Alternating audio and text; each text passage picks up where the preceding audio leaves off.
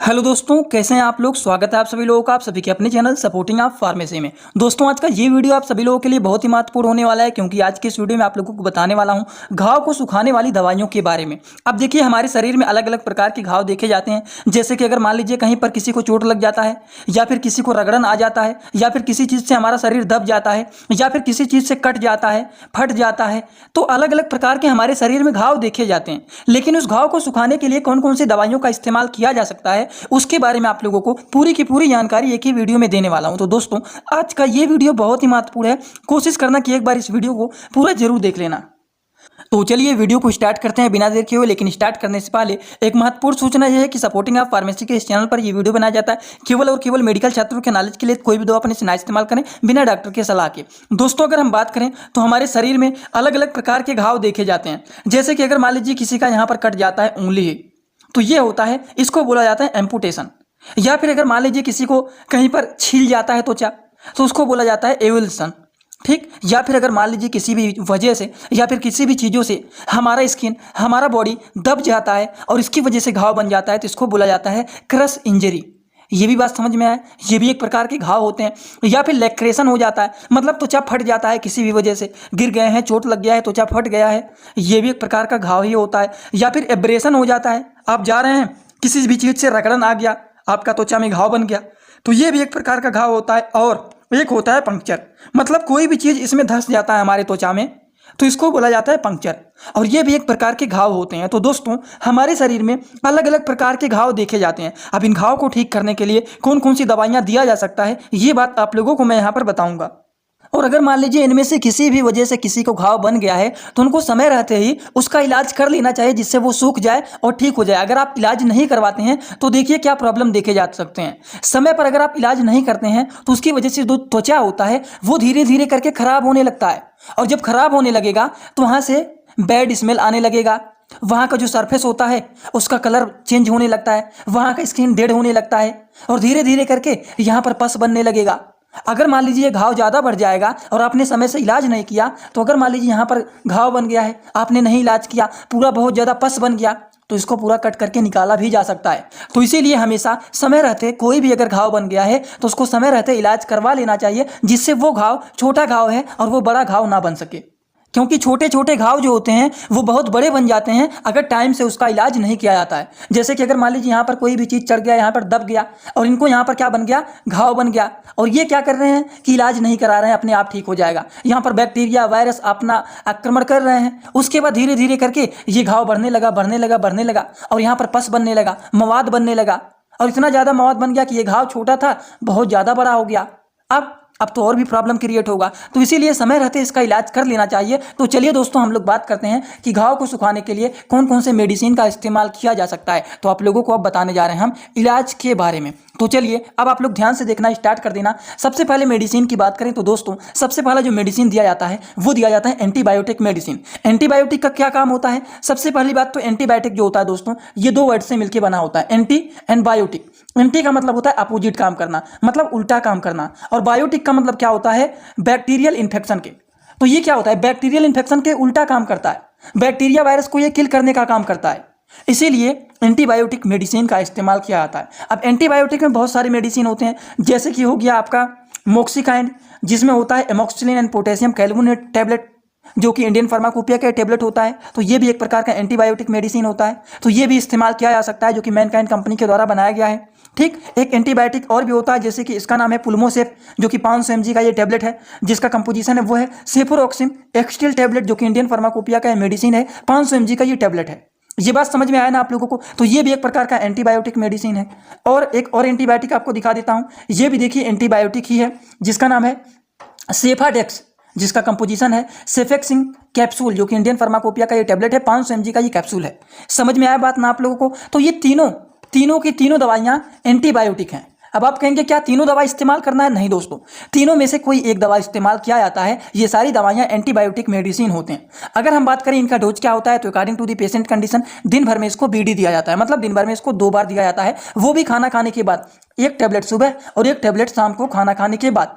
Any one antibiotic, देखिए नीचे आप लोगों के समझने के लिए ये बात भी लिख दिया हूं, एनी वन एंटीबायोटिक। नहीं तो कुछ लोग कमेंट करने आ जाते हैं क्या ये सारे एंटीबायोटिक खाना है, तो सारे नहीं खाना है, इनमें से कोई एक एंटीबायोटिक खाना है दिन भर में 2 बार, एक टैबलेट सुबह और एक टैबलेट शाम को। तो ये बातें हो गई एंटीबायोटिक मेडिसिन के बारे में। चलिए दोस्तों कुछ और भी एंटीबायोटिक मेडिसिन के बारे में बात कर लेते हैं। जैसे कि ये तो आपने ले लिया, कुछ और भी एंटीबायोटिक मेडिसिन दिए जाते हैं दोस्तों। इसी तरह से मैं आप सभी लोगों के लिए एक बुक बनाया हूं जिस बुक का नाम है A to Z medicine book. ये जो दोस्तों बुक है ये टोटल 600 पेज का है, जिसमें आप लोगों को टोटल 46 चैप्टर मिल जाएंगे और साथ ही साथ आप लोगों को फ्री में पूरे बुक का 46 वीडियो लेक्चर भी मिल जाएगा हर एक चैप्टर का, जिसकी आप लोगों को मिल जाएगा मात्र 499 रुपए। ये बुक आप लोगों को PDF के फॉर्मेट में व्हाट्सएप पर मिलेगा, जो कि आप कैसे लेंगे इसी वीडियो के कमेंट बॉक्स में जाएंगे, वहां पर एक लिंक मिल जाएगा। जब आप उस लिंक पर क्लिक करेंगे तो डायरेक्ट आप व्हाट्सएप पर पहुंचेंगे, उसी नंबर पर आपको पेमेंट करना है, वहीं पर आपको बुक और पूरे बुक का वीडियो लेक्चर भी मिल जाएगा। जो लोग लेना चाहते हैं ले सकते हैं, जो लोग प्रैक्टिस करने वाले छात्र हैं जरूर इस बुक को परचेज करें, जिसमें हजारों प्रकार की दवाइयों का नॉलेज आपको मिल जाएगा। घाव को सुखाने के लिए जैसे कि ये हो गया जीडोसेफ, या फिर सिफिक्स हो गया, या फिर सिप्लॉक्स हो गया, या फिर फेरोनिम हो गया। तो इसके कंपोजिशन को पढ़िए, पहले जीडोसेफ के कंपोजिशन को पढ़िए। ये है सेफोडॉक्सिम, प्रोक्स्टिल एंड पोटेशियम कैलुनेट टैबलेट। और ये जो आपका है सिफिक्स, इसका कंपोजिशन है सिफेक्साइम टैबलेट। ये जो सिप्लॉक्स का है इसका कंपोजिशन है सिप्रोफ्लॉक्सिन हाइड्रोक्लोराइड टैबलेट। और जो फेरोनिम है इसका कंपोजिशन है फेरोपियम सोडियम टैबलेट, जो कि ये जो चारों टैबलेट हैं ये भी एक प्रकार के एंटीबायोटिक मेडिसिन होते हैं। तो इनमें से भी कोई एक एंटीबायोटिक इस्तेमाल करना है, सारे नहीं इस्तेमाल करना है। इन एंटीबायोटिक में से भी कोई एक एंटीबायोटिक इस्तेमाल करना है, वो भी दिन भर में 2 बार। जैसे कि एक टैबलेट सुबह खाया खाना खाने के बाद, तो एक टैबलेट शाम को खाना है खाना खाने के बाद। दिन भर में 2 ही बार इसको खाना है। समझ में आया बात ना आप लोगों को? कुछ और भी मेडिसिन होते हैं जैसे कि कुट्रिमाक्सजोल हो गया, या फिर ये भी कुट्रिमाक्सजोल है, और ये है सिप्रोफ्लॉक्सिन। तो ये भी मेडिसिन होते हैं घाव को सुखाने के लिए, इसका भी इस्तेमाल किया जाता है। तो कुट्रिमाक्सजोल ये भी है, ये भी कुट्रिमाक्सजोल है, और ये है सिप्रोफ्लॉक्सिन टैबलेट। तो इनमें तीनों में से कोई एक टैबलेट इस्तेमाल किया जाता है, वो भी दिन भर में 2 बार। Any one medicine use dose BD, मतलब इनमें से कोई भी एक इस्तेमाल किया जाता है घाव को सुखाने के लिए, वो भी दिन भर में 2 बार। जो नए छात्र हैं थोड़ा सा कंफ्यूज हो रहे हैं उनके लिए मैं यहाँ पर बता देता हूँ कि दवाइयों के जो डोज होते हैं वह 60 वर्ड में लिख दिया जाता है। जैसे कि ओडी हो गया, बीडी हो गया, टीडीएस हो गया, क्यूआईडी हो गया, या फिर मान लीजिए एसओएस हो गया, या फिर मान लीजिए एएम हो गया, या फिर मान लीजिए बीएम हो गया। तो इनका मतलब क्या होता है? ओडी का मतलब होता है दवा को दिन भर में 1 बार खाना है, बीडी का मतलब होता है दवा को दिन भर में 2 बार खाना है, टीडीएस का मतलब होता है टी है ठीक, टीडीएस का मतलब होता है दवा को दिन भर में 3 बार खाना है, क्यूआईडी का मतलब होता है दवा को दिन भर में 4 बार खाना है, एसओएस का मतलब होता है जब जरूरत पड़े तब दवा को खाना है, और जब जरूरत ना पड़े तब नहीं खाना। जैसे किसी को बुखार है तब वो पैरासीटामॉल खा रहे हैं, हमेशा नहीं खा रहे हैं, तो वैसे ही जब जरूरत पड़ता है तब जो दवा खाया जाता है उसको एसओएस मेडिसिन बोला जाता है। और एएम का मतलब होता है आफ्टर मील, मतलब दवा को खाना खाने के बाद खाना है, और बीएम का मतलब होता है बिफोर मील, मतलब दवा को खाना खाने से पहले खाना है। तो ये कुछ बातें बहुत ही आसान है और आप सभी लोगों को पता रहना चाहिए। ये बात समझ में आया ना आप लोगों को? कुट्रिमाक्सजोल हो गया, सिप्रोफ्लॉक्सिन हो गया, इनमें से कोई भी एक मेडिसिन इस्तेमाल करना है दिन भर में 2 बार।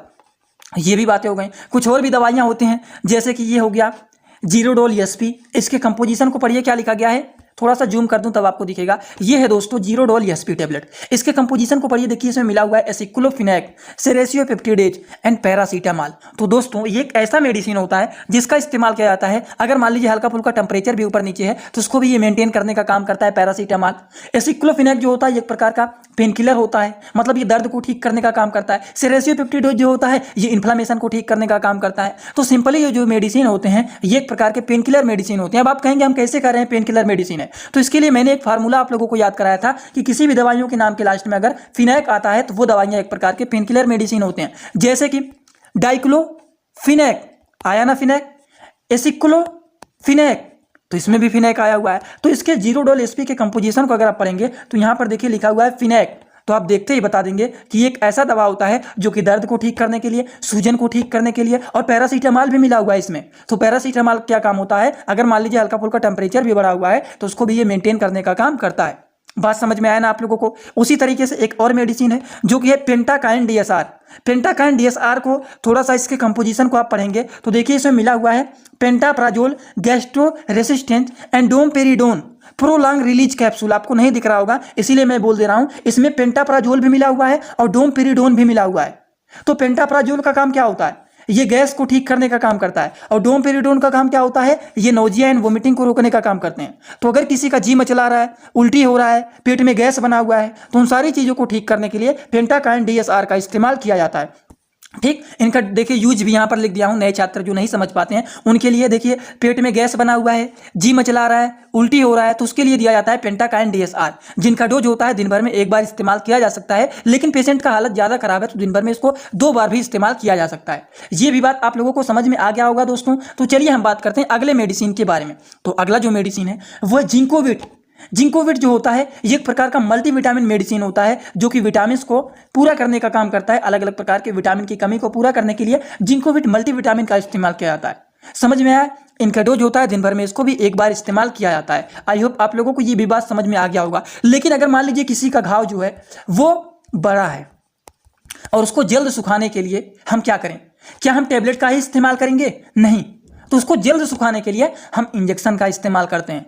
इंजेक्शन का इस्तेमाल पहले करेंगे और फिर उनको डेली यूज करने के लिए टेबलेट दिया जाता है जब तक उनका घाव अच्छे से सूख ना जाए। तो इसीलिए कौन से एंटीबायोटिक का इस्तेमाल किया जाता है? तो एंटीबायोटिक इंजेक्शन की बात करें दोस्तों तो ये होता है जेंटामाइसिन। तो जेंटामाइसिन जो है ये एंटीबायोटिक इंजेक्शन है जो कि काफ़ी ज़्यादा यूजफुल एंड पॉपुलर यह होता है इंजेक्शन, जो कि एक प्रकार का यूनाइटेड स्टेट फार्माकोपिया का ये इंजेक्शन है। इसीलिए यहाँ पर देखिए लिखा गया है USP। समझ में आया? इसीलिए इससे पता चलता है कि ये जो इंजेक्शन है यूनाइटेड स्टेट फार्माकोपिया का है। तो जो जेंटामाइसिन है ये एंटीबायोटिक है। अगर मान लीजिए इनके डोज के बारे में बात करें तो 3 से 5 mg प्रति किलोग्राम के बेसिस पर दिन भर में दिया जाता है। जैसे मान लीजिए कोई भी व्यक्ति 60 किलोग्राम का है, नहीं तो 30 किलोग्राम का व्यक्ति है, 30 किलोग्राम का व्यक्ति है, तो उसको 5 से मल्टीप्लाई कर दीजिए, तब आपका mg निकल के चला आएगा। मतलब 150 mg इसको दिन भर में देना है। अगर कोई 60 किलोग्राम का व्यक्ति है तब भी 5 से मल्टीप्लाई कर दीजिए, उनको कितना आ जाएगा? 300 mg तक आप उनको लगा सकते हैं। तो इस तरीके से दवाइयों के डोज को लिखा जाता है। बात करें अगला एंटीबायोटिक का, कुछ और भी एंटीबायोटिक दिए जाते हैं जैसे कि एमाइकासिन हो गया। ये भी एक प्रकार का एंटीबायोटिक इंजेक्शन होता है जिनका डोज होता है 15 mg प्रति किलोग्राम के बेसिस पर दिन भर में दिया जाता है। अब मान लीजिए कोई भी 30 किलोग्राम का व्यक्ति है तो 30 गुणे 15 कर लीजिए, इक्वल टू आपका आ जाएगा, कितना आएगा? 450 mg। और कोई 60 किलोग्राम का व्यक्ति है तो 900 mg तक आप उनको लगा सकते हैं। ये भी बातें समझ में आ गया। कुछ और भी इंजेक्शन होते हैं जैसे कि ये होता है मोनोसेप इंजेक्शन। इनका रूट देखिए, कोई भी इंजेक्शन आप लगाने जाएंगे तो वहां पर इंजेक्शन के ऊपर ही इसका रूट लिखा रहता है कि किस रूट से लगाना है। तो रूट में आप मत परेशान होना कि IV रूट से लगाना है कि IM रूट से लगाना है। कोई भी इंजेक्शन जैसे कि मान लीजिए मोनोसेप इंजेक्शन है, यहाँ पर देखिए IV भी लगा सकते हैं, IM भी लगा सकते हैं, लेकिन डॉक्टर लोग इसको ज़्यादा से ज़्यादा प्रिस्क्राइब करते हैं कि इसको IV लगाइए, जिससे हमारे ब्लड में डायरेक्ट जाएगा तो इसका जो एक्शन होता है वो बहुत तेजी से होता है, जिसकी वजह से पेशेंट को जल्द से जल्द आराम मिलता है। तो ये बातें हो गई मोनोसेप इंजेक्शन के बारे में, जो कि सब्सट्रैक्ट जोन के नाम से फेमस होता है। इनका डोज क्या होता है? तो इसको मैक्सिमम 4 ग्राम दिन भर में इस्तेमाल किया जा सकता है। जैसे कि मान लीजिए 2 ग्राम का है तो दिन भर में अगर मैक्सिमम ज़्यादा से ज़्यादा इस्तेमाल करना चाहते हैं तो इसको 2 इंजेक्शन इस्तेमाल कर सकते हैं, 2-2 mg का। मैक्सिमम 4 mg तक आप इस्तेमाल कर सकते हैं। ये भी बातें हो गई। अब बात करते हैं, इतने सारे टैबलेट बता दिए, इतने सारे इंजेक्शन बता दिए, जहां पर घाव बना हुआ है क्या उस जगह पर कोई क्रीम नहीं लगाएंगे क्या? तो बिल्कुल दोस्तों, क्रीम भी लगाएंगे। तो कौन सा क्रीम लगाएंगे? चलिए उसको भी जान लेते हैं। ऑइंटमेंट की बात करें तो एक आता है बीटाडिन और एक आता है सिप्लाडिन। इनके नामों में मत कंफ्यूज होना आप लोग, क्योंकि इसके कंपोजिशन को पहले आप पढ़ो। Povidone iodine ointment. बीटाडिन का जो कंपोजिशन है वो देखिए है पोविडीन आयोडीन ऑइंटमेंट। अब बात करें सिप्लाडिन का क्या है? सिप्लाडिन के कंपोजिशन को पढ़िए तो वो है पोविडीन आयोडीन ऑइंटमेंट। तो दोनों का कंपोजिशन सेम है और दोनों जो क्रीम है वो यूनाइटेड स्टेट फार्माकोपिया का है। नए छात्र थोड़ा सा यहाँ पर सुन लीजिए कि जो फार्माकोपिया होते हैं 3 क्लास में देखे जाते हैं, जैसे IP हो गया, BP हो गया, USP हो गया। तो अगर किसी भी दवा के नाम के बगल में IP लिखा है मतलब ये दवा इंडियन फार्माकोपिया का है। किसी भी दवा के नाम के बगल में BP लिखा गया मतलब ये दवा ब्रिटिश फार्माकोपिया का है। लेकिन अगर किसी भी दवा के नाम के बगल में USP लिखा गया है तो इसका मतलब ये दवा यूनाइटेड स्टेट फार्माकोपिया का है। तो यहाँ पर देखिए बीटाडिन हो गया, सिप्लाडिन हो गया, दोनों में USP ही लिखा गया है। समझ में आया? और दोनों की जो कंपोजिशन है वो सेम है। दोस्तों ये एक ऐसा क्रीम होता है जो कि बैक्टीरियल इन्फेक्शन को ये किल करने का काम करते हैं। अब आप कहेंगे बैक्टीरियल इन्फेक्शन मतलब अगर किसी को कहीं पर भी घाव बन जाता है, कहीं पर भी चोट लग जाता है तो उस जगह पर इसको लगा दिया जाता है, जिससे वहां पर जो घाव बना हुआ है वो तुरंत से सूखना स्टार्ट हो जाए। क्या हो जाए? सूखना स्टार्ट हो जाए। वहां पर कोई इन्फेक्शन ना हो जिसकी वजह से वहां पर कोई घाव ना बने, वहां पर वो घाव बड़ा ना हो, वहां पर पस ना बनने लगे, मवाद ना बनने लगे, वो सूख जाए। और इसीलिए यहाँ पर देखिए बीटाडीन में क्या लिखा गया है, माइक्रोबेसिडल वाटर सॉल्युबल ऑइंटमेंट। समझ में आया ना बात आप लोगों को। तो ये सारी की सारी बातें हो गई घाव को सुखाने वाली दवाइयों के बारे में। तो दोस्तों आज का ये वीडियो आप सभी लोगों को कैसा लगा, सभी लोग प्लीज जल्दी से कमेंट बॉक्स में आइए और अपना फीडबैक जरूर दीजिए। इतने सारे लोग देखते हैं लेकिन कमेंट बॉक्स में एक कमेंट नहीं कर पाते हो। मतलब डेली मैं आप लोगों के लिए इतना सारा लेक्चर लेकर के आता हूं, लेकिन आपसे बोलता हूं कुछ नहीं करना है तो प्रेजेंट ही बोल करके चले जाओ, लेकिन एक कमेंट जरूर करके जाओ कि आज का वीडियो कैसा लगा आप सभी लोगों को। इतना तो कर ही सकते हैं आप लोग। तो चलिए दोस्तों आज का वीडियो यहीं पर होता है complete. Thanks for watching video, like comment share and subscribe this channel.